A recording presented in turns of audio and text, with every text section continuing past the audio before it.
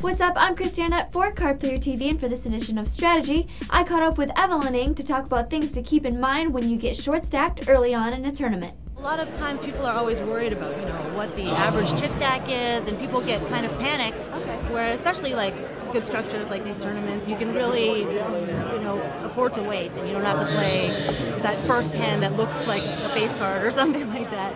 So I guess, patience is pretty key in these tournaments. Okay, so definitely look at your chip stack compared to the blinds rather than the average chip stack, because that could just put you into crazy all-in mode or something. Yeah, you can look at your Q or your M or whatever letter you prefer. But for me, it just happened to be like I never would have thought that in one round I would go from having 6,000 to like 55,000. Right.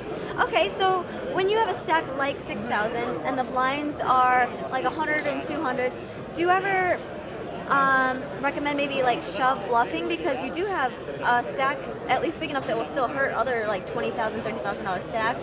Well, if it's for 100, 200, there's not really that much in the pot. If there's no antes even, there's even less incentive to do something like that.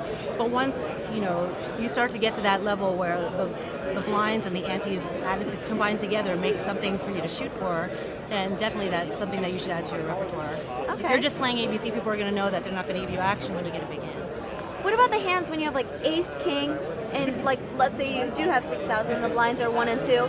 It seems like if you make a raise and a continuation bet, if you don't hit, then you can't really fold if someone shoves on you. So do you want to play like that semi-bluff hand and kind of like shove with ace, king or something?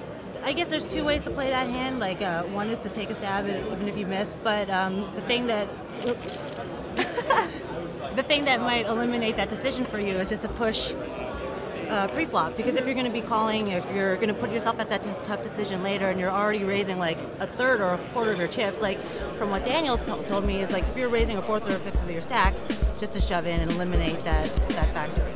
Thanks to Evelyn Ng for sharing her advice with us. I'm Christiana for Card Player TV.